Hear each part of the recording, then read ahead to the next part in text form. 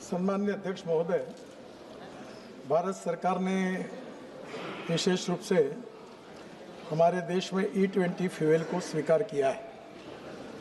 अभी हमारे पेट्रोल में E20 यानी इथेनॉल का 20% एडिंग होता है।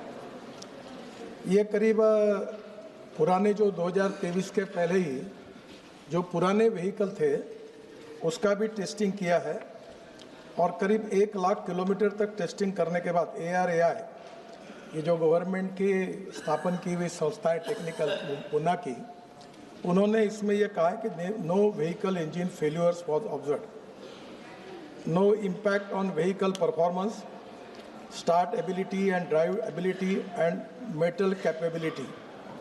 वैसे अध्यक्ष महाराज, बहुत बार हम लोग मेंटेन करने के लिए बहुत बार 6-6, 8-8 महीने के बाद सर्विसिंग करते हैं।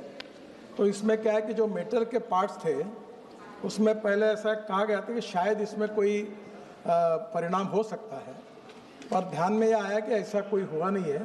पर सर्विसिंग में छोटे छोटे जो मेटल के वॉशर्स होते हैं वो बदलते रहते हैं। इसके बारे में विशेष रूप से कोई तकरार भारत सरकार के पास नहीं आई। एक तकरार गुजरात में आई थी और गुजरात में वॉक्सवैगन कंपनी की उसकी इंक्वायरी हुई। उसके बाद ये ध्यान में आया कि इसका संबंध E20 फ्यूल से कोई नहीं था।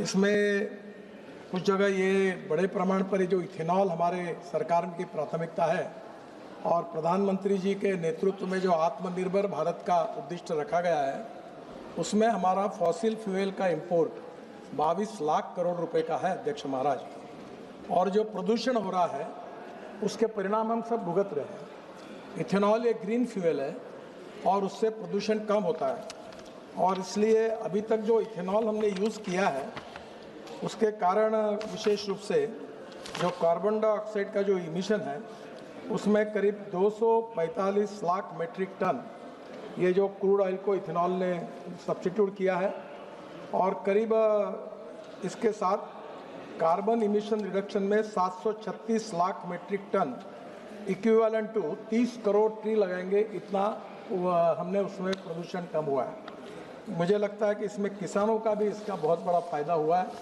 और एक दिन 22 लाख करोड़ का ये इंपोर्ट समाप्त करके हम विकसित करके हमारे देश को, किसान को आज हमने ऊर्जा दाता, ईंधन दाता बनाया है।